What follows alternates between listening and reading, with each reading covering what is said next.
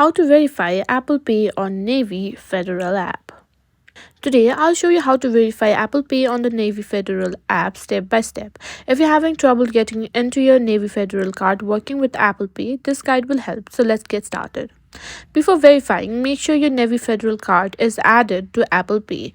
Just open the wallet app, and what you need to do is tap on the plus button and simply tap on add card. You can simply add debit or credit card. Simply click on continue and follow the on-screen steps to scan or manually enter your card details. Once added, it's time to verify your card. Now, to verify your card in the Navy Federal app, follow these steps. Open the Navy Federal mobile app. Just go to the Accounts tab and simply tap on Manage Cards. Look for the Apple Pay verification option. If you see the Verify Card button, tap it and follow the instructions. Now, sometimes Navy Federal requires additional verification. You may get a verification code sent via SMS or email.